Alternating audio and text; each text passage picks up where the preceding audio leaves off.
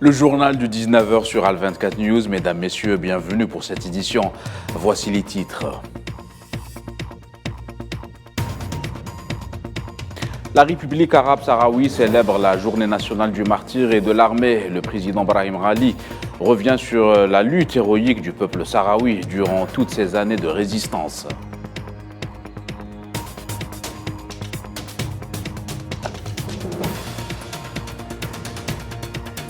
La trêve de 24 heures au Soudan arrive bientôt à échéance. Qu'en sera-t-il après?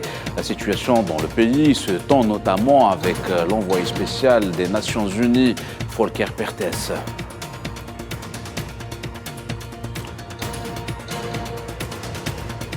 À plus d'une année de la présidentielle américaine, l'ex-président républicain Donald Trump, visé par 37 chefs d'accusation par les autorités judiciaires de son pays.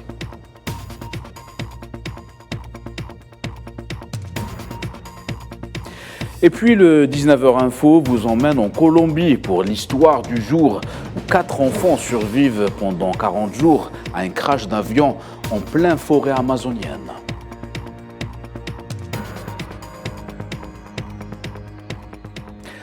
Voilà pour les titres. Bonsoir à tous.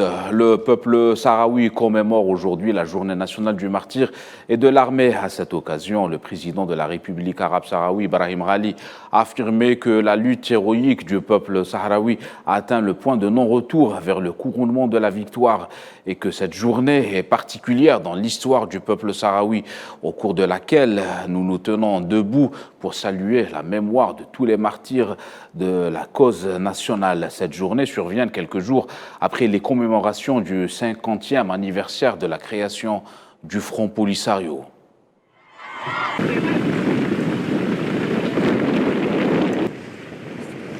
50 ans de lutte héroïque et de militantisme acharné, c'est l'affirmation que la lutte de notre peuple a atteint le point de non-retour vers l'inévitable couronnement de la victoire et a atteint inévitablement son noble objectif, étendant le contrôle de l'État sahraoui sur l'ensemble de son territoire national et que la République sahraoui est une réalité nationale, régionale, continentale et internationale irréversible et un facteur décisif incontournable pour assurer l'équilibre et la stabilité de toute la région. 50 ans de résilience et de constance des masses populaires dans tous les lieux de leur présence sont en même temps la preuve certaine de l'échec abject et éternel de la politique expansionniste agressive de l'État d'occupation marocain et de toutes ses conspirations, intrigues et vaines tentatives de saper l'unité et la détermination du peuple sahraoui. Dossier sahraoui toujours, à noter que lors d'une séance d'information au Conseil de sécurité de l'ONU sur la coopération entre les Nations Unies et la Ligue des États arabes, la Fédération de Russie a regretté l'instabilité et les tensions prévalant dans la région du Moyen-Orient et en Afrique, en particulier le Sahara occidental où l'occupant marocain poursuit sa politique coloniale et répressive, en totale contradiction avec la résolution onusienne et la légitimité internationale.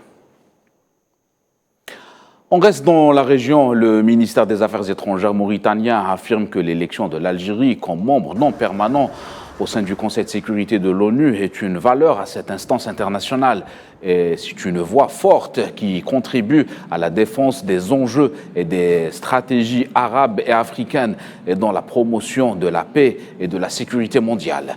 Pour rappel, l'Algérie a été élue mardi dernier à New York par l'Assemblée générale de l'ONU comme membre non permanent au Conseil de sécurité de l'ONU pour le mandat 2024-2025.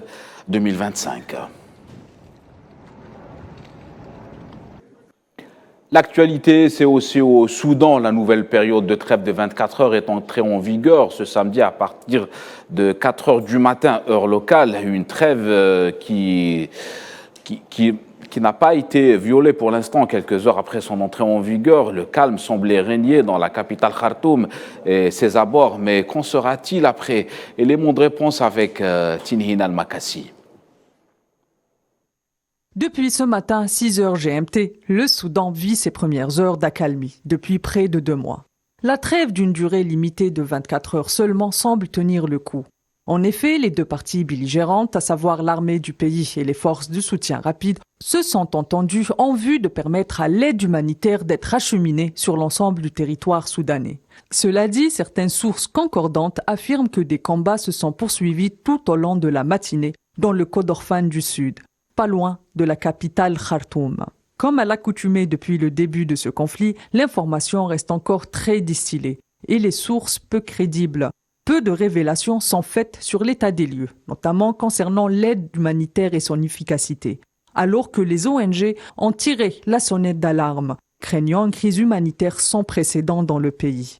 Dans le même moment, bon nombre d'observateurs ont déjà exprimé leur inquiétude, estimant que cette durée est trop courte en vue de l'aide nécessaire. Selon les chiffres de l'ONU et de ses agences, au moins 2 millions de Soudanais ont été déplacés ou réfugiés depuis le 15 avril dernier. Si cette nouvelle a créé la surprise, ce n'est pas pour rien. Depuis le début du conflit, plusieurs trêves ont été avortées et les deux camps se sont à chaque fois jetés mutuellement la responsabilité.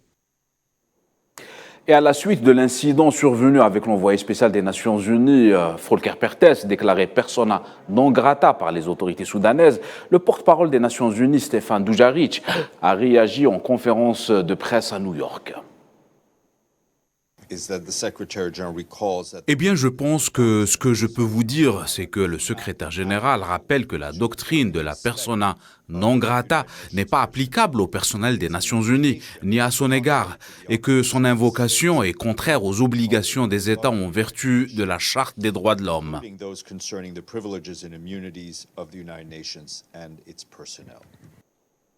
Actualité continentale toujours, un nouvel attentat meurtrier en Somalie a été revendiqué par le groupe Shebab, cette fois-ci au niveau d'un hôtel-restaurant situé dans la capitale Mogadiscio, survenu dans la nuit de vendredi à samedi. Le bilan provisoire affiche au moins 9 morts, dont 6 clients et 3 soldats ainsi qu'une vingtaine de blessés.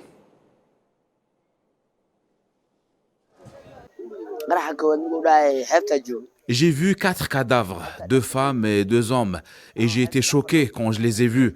C'était une scène très choquante, mais Allah m'a sauvé. Le Conseil de sécurité de l'ONU a condamné avec la plus grande fermeté l'attaque contre la mission de l'ONU au Mali.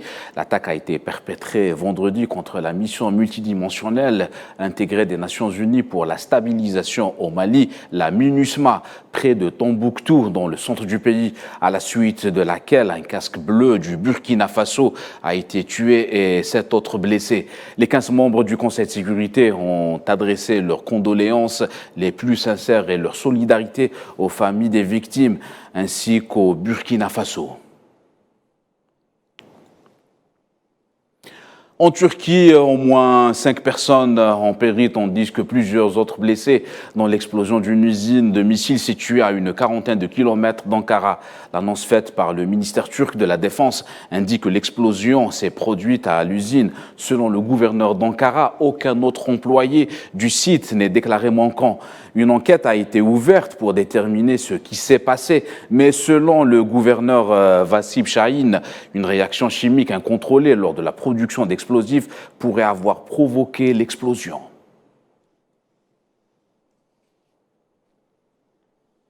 Turquie toujours, l'Azerbaïdjan et Chypre du Nord seront les premières destinations de la visite du travail du président turc Recep Tayyip Erdogan depuis sa réélection à la présidence de la Turquie, après avoir remporté les récentes élections contre le candidat de l'opposition Kemal Kılıçdaroğlu les 14 et les 28 mai derniers. Ces deux destinations ont été choisies suivant la coutume en vigueur en Turquie concernant la première destination étrangère du président après son élection.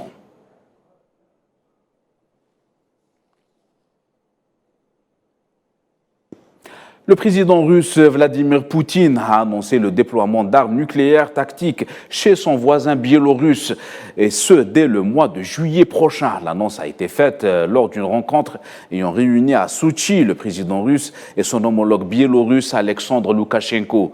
Vladimir Poutine a estimé, selon un communiqué du Kremlin, que tout est conforme au plan. Le 7 ou 8 juillet, les préparatifs pour les installations nucléaires correspondantes seront effectués. Et dans le même temps, nous commencerons les activités concernant le déploiement du type d'armes en question sur votre territoire. De son côté, le président biélorusse Alexandre Loukachenko a déclaré que les deux pays allaient construire leurs relations en n'en comptant que sur eux-mêmes. Nous allons progressivement construire nos relations. Je l'ai déjà dit publiquement lors du rassemblement des secrétaires des conseils de sécurité de la communauté économique eurasienne qu'avec la Russie, nous proposerons un plan d'action pour cette situation. Il ne sert à rien d'espérer que les sanctions soient levées. Nous devons compter que sur nous-mêmes. Et le président russe Vladimir Poutine a affirmé vendredi que la contre-offensive de Kiev avait commencé, mais qu'elle n'avait pas, selon lui, atteint le moindre objectif qui lui était assigné, et ce, dans aucun secteur.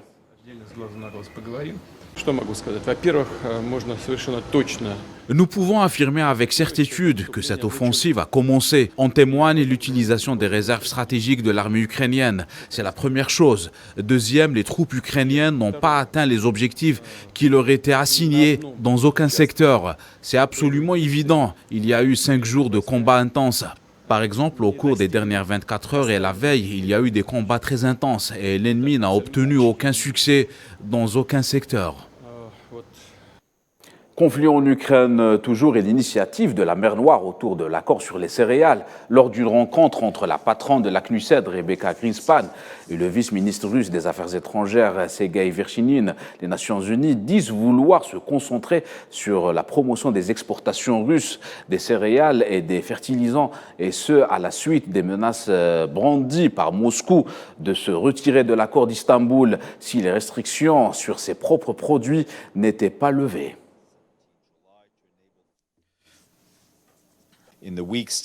Dans les semaines à venir, nous continuerons de nous concentrer sur la mise en œuvre du protocole d'accord et sur l'obtention de nouveaux résultats avant la date limite du 17 juillet, afin de permettre la mise en œuvre complète des accords d'Istanbul, qui comprennent le protocole d'accord et l'initiative de la mer Noire. L'ONU reste résolument engagée à œuvrer pour la sécurité alimentaire mondiale, en veillant à ce que les aliments et les engrais essentiels atteignent les marchés mondiaux et soient disponibles et abordables pour tous.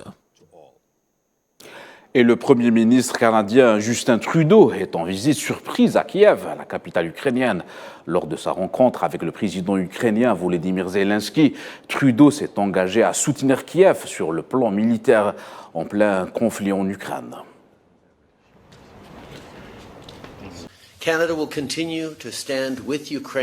Le Canada continuera d'être aux côtés de l'Ukraine, peu importe ce qu'il faudra, et aussi longtemps qu'il le faudra. Depuis l'an dernier, nous avons engagé plus de 8 milliards de dollars en aide financière à l'Ukraine, dont plus d'1 milliard de dollars en aide militaire. De plus, notre budget du printemps a prolongé à près de 2,45 milliards de dollars au gouvernement ukrainien pour cette année, dans le but de soutenir le redressement et la reconstruction du pays. Aujourd'hui, je peux annoncer que nous fournirons 500 millions de dollars de nouveaux fonds pour l'assistance militaire. Nous vous le disons en titre, coup de théâtre judiciaire aux États-Unis. L'ex-président Donald Trump est à nouveau visé par 37 chefs d'accusation alors que la course à la présidentielle a commencé. Quelles seront les conséquences sur ce rendez-vous électoral? Élément de réponse avec Safouane Ben Sabri. Donald Trump n'en finit pas avec ses démêlés avec la justice américaine. L'ancien président américain est visé par pas moins de 37 chefs d'accusation. Il est notamment accusé de rétention d'informations portant sur la sécurité nationale et d'entrave à la justice. Cabale politique ou justice transparente, la classe politique américaine est divisée sur le sujet. Pour Ron DeSantis, candidat républicain à l'élection présidentielle de 2024, la justice doit s'appliquer à tous, sans pour autant être instrumentalisée. Je pense qu'il doit y avoir une norme de justice dans ce pays. Appliquons-la à tout le monde et assurons-nous que nous connaissons tous les règles. Vous ne pouvez pas avoir une partie de la société qui instrumentalise l'État contre une autre qui ne le fait pas. Et c'est ce que nous avons vu. En quittant la Maison-Blanche en janvier 2021, Donald Trump avait emmené avec lui des dizaines de cartons contenant plusieurs documents confidentiels. Après des demandes de la justice, il a restitué 15 boîtes contenant plus de 200 documents classifiés. Suite à une perquisition en août 2022, la police fédérale a récupéré une trentaine de boîtes contenant 11 000 documents dont certains concernaient les programmes nucléaires américains. La sécurité nationale demeure un sujet hautement sensible aux États-Unis. Nos lois qui protègent les informations de défense nationale sont essentielles à la sûreté et à la sécurité des États-Unis. Elles doivent être appliquées. La question centrale reste de savoir quelles seront les répercussions sur les élections présidentielles de 2024. Donald Trump pose une problématique sans précédent, celle de voir un candidat en lice pour la Maison-Blanche après une inculpation, voire une condamnation. Toujours est-il que des candidats tels que Ron DeSantis ou Mike Pence, ex-vice-président de Donald Trump, ont déjà annoncé leur candidature, prenant une distance mesurée avec l'ex-président républicain. Ils sont devant le défi de se démarquer du milliardaire aux diverses casseroles, tout en évitant de se mettre à dos sa base électorale. Joe Biden, rival direct de Donald Trump, s'est quant à lui lavé les mains de toute implication dans les démêlés judiciaires de son concurrent. Sport football, dans moins d'une heure avant une finale historique qui mettra aux prises les Italiens de l'Inter Milan aux Anglais de Manchester City en finale de la Ligue des champions européenne à Istanbul. Les spéculations vont bon train sur qui remportera la coupe aux grandes oreilles entre les Nerazzurri, déjà 3 fois vainqueurs de la compétition, et les Citizens qui courent toujours derrière un premier sacre européen. Les deux entraîneurs Inzaghi et Pep Guardiola ont animé hier un point presse à Istanbul.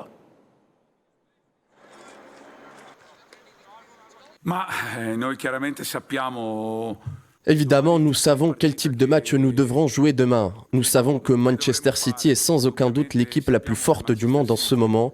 Ils l'ont montré, même avec les quelques défaites qu'ils ont eues. Mais on connaît le chemin parcouru. On est fiers d'en être arrivé là et on va tout donner pour jouer un match avec une concentration incroyable, en sachant très bien qu'il faut limiter ses erreurs et être à son maximum. À la fin, tout se termine comme un match de football et l'équipe qui sera la plus performante pendant 95 minutes sera victorieuse. Elle sera la favorite. Donc, ce qui s'est passé dans le passé, pendant la saison, si vous comptez l'histoire de cette compétition, l'Inter est plus grand que nous. Mais ce n'est pas important quand les gens disent que vous êtes le favori ou pas le favori. Sport toujours, mais cette fois-ci, c'est un mot de Tunis avec le tournoi de Roland-Garros qui touche à sa fin. Le Serbe Novak Djokovic, qui s'est défait le numéro 1 mondial, Carlos Alcaraz, affrontera en finale, messieurs, le Néerlandais Casper Ruud, 4e mondial victorieux. Quant à lui, de l'Allemand Alexander Zverev. À 36 ans, Djokovic tentera de décrocher son 23e titre du Grand Chelem.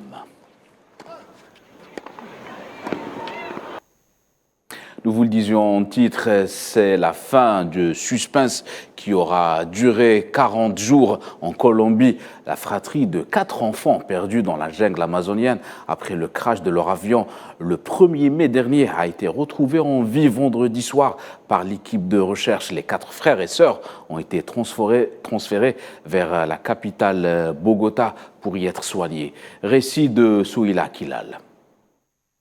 L'aînée est à peine âgée de 13 ans et la plus jeune d'1 année seulement. C'est l'histoire miraculeuse de 4 enfants perdus dans l'Amazonie colombienne après le crash de leur avion le 1er mai dernier.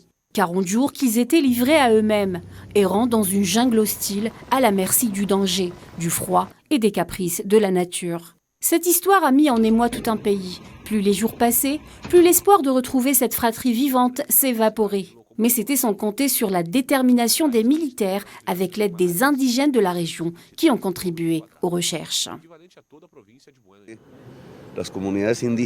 Les communautés indigènes qui ont participé aux recherches et les forces militaires ont retrouvé les enfants 40 jours plus tard. C'est un exemple de survie totale qui restera dans l'histoire.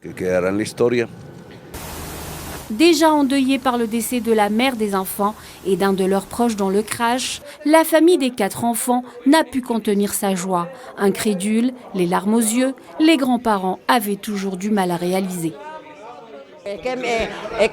Leslie, l'aînée de la fratrie, s'est toujours occupée d'eux lorsque leur mère travaillait. Elle savait ce qu'ils devaient consommer. Je suis très reconnaissante, ainsi qu'à notre mère la terre, qu'ils aient été retrouvés. Merci à toutes les personnes qui ont prié, qui ont espéré voir les enfants vivants et en bonne santé. Retrouvés à 5 km du lieu du crash, Leslie, 13 ans, Solénie, 9 ans, Tienne Noriel, 4 ans et Christine, 1 an, ont été immédiatement illettreuillés en pleine nuit vers la ville de San José, puis transportés par avion médicalisé vers Bogota pour y être soignés dans un hôpital militaire.